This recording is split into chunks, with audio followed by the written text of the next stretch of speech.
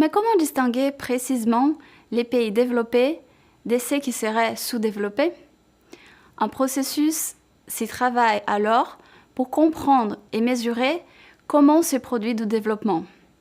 Un exemple des mesures créées est l'IDH, un indicateur des niveaux de développement calculé à partir des 3 variables. Les niveaux de santé, auxquels on est associé l'espérance de vie, les niveaux d'éducation, mesurés par le taux d'alphabétisation et taux de scolarisation, et la richesse économique, quantifiée en termes des PIB par habitant. Les critiques de cette mesure sont nombreuses. Nous pouvons en citer certaines.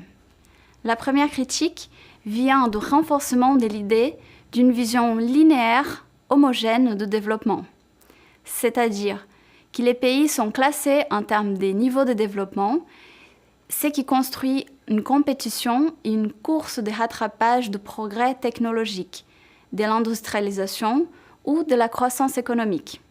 La deuxième critique s'appuie sur le point de vue qualitatif et spatial.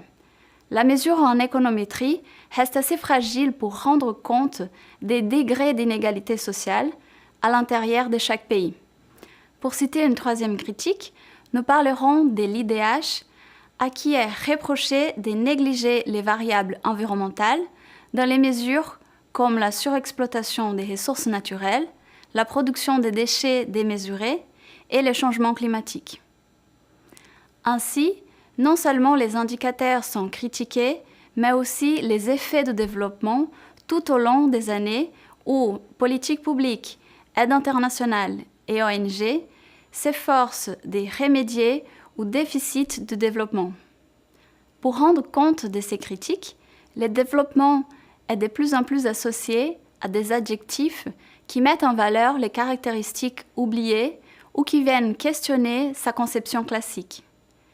Nous allons entendre parler d'une pluralité de développements, comme le développement humain, communautaire, local, territorial, durable, soutenable, etc. Si la pluralité de développement apporte une ouverture au concept initial, l'idée de passer à un nouveau paradigme des pensées en rupture avec l'idéologie de développement n'est pas encore partagée par tous. Il y a donc d'autres visions sur le développement et pas seulement celle dominante que nous avons vue. C'est le cas du courant de pensée appelé post-développement. Ce courant qui apparaît dans les années 1960 par l'intermédiaire des chercheurs et des différents mouvements sociaux dans plusieurs continents du monde, porte l'idée, comme le nom l'indique, de passer à autre chose. Il s'agit d'une remise en cause radicale de la notion de développement elle-même, en particulier sur l'idée de progrès, notamment dans la façon dont il est envisagé. Alors, quel est l'argument des post-développementalistes? Selon eux, le développement est une invention occidentale qui a créé un imaginaire où le seul modèle d'épanouissement de l'être serait la modernité et l'accumulation des richesses matérielles. Ainsi, le développement dévalorise les structures économiques, sociales et mentales traditionnelles propres à d'autres groupes sociaux qui se diffèrent du mode de vie occidental. Plusieurs éléments du discours développementaliste sont critiqués. Prenons l'exemple de la pauvreté ou de la misère. Une personne qui vit avec moins de 2 $ par jour est considérée par la Banque mondiale comme étant dans une extrême pauvreté, indépendamment de son mode de vie. Une telle situation justifie l'aide internationale dans une perspective développementaliste classique. Cela peut se traduire, par exemple, en versement matériel ou financier, ou bien encore par la création d'infrastructures pour extraire et exporter des matières premières dans ces pays. Une autre vision de la pauvreté, dans le regard post-développementaliste, revient à voir la pauvreté non pas comme un état, mais comme une construction sociale et mentale. Pour ces courants de pensée, la manière dont le développement intervient est antiproductiviste, c'est-à-dire que plutôt que lutter contre la pauvreté, cette aide internationale vient s'opposer aux pauvres eux-mêmes dans leur propre lutte contre la misère. C'est un affaiblissement de leurs forces et de leurs capacités sociales et mentales. Pauvreté et misère ne sont pas synonymes, même si elles sont confondues dans les sociétés modernes.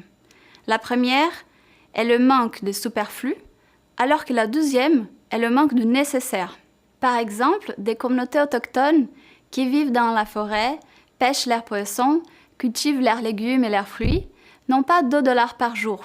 Ils sont peut-être dans une situation de pauvreté, mais pas misérables, car ils peuvent avoir le nécessaire, contrairement à ce qui impose les indicateurs. Pour éviter cette confusion entre pauvres et misérables, il faut bien distinguer au moins 3 types de pauvreté.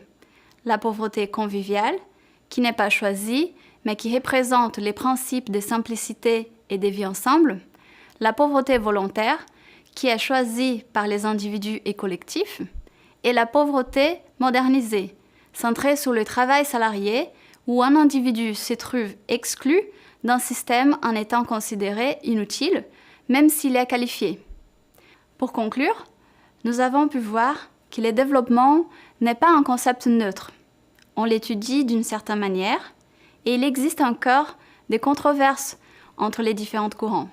Le développement est un fait social total qui englobe donc beaucoup de choses. Au travers du développement, on discute d'autres concepts tels que les progrès, les vivre ensemble, les futurs, la société, la richesse, la pauvreté, etc. On va traiter une infinité de champs d'action tels que l'économie, le travail, l'éducation, la santé, l'agriculture, la culture. La question du développement est présente en tout, dans nos quotidiens personnels, mais aussi aux échelles du quartier, des villes, des territoires, entre pays, et pas seulement dans les pays du Sud.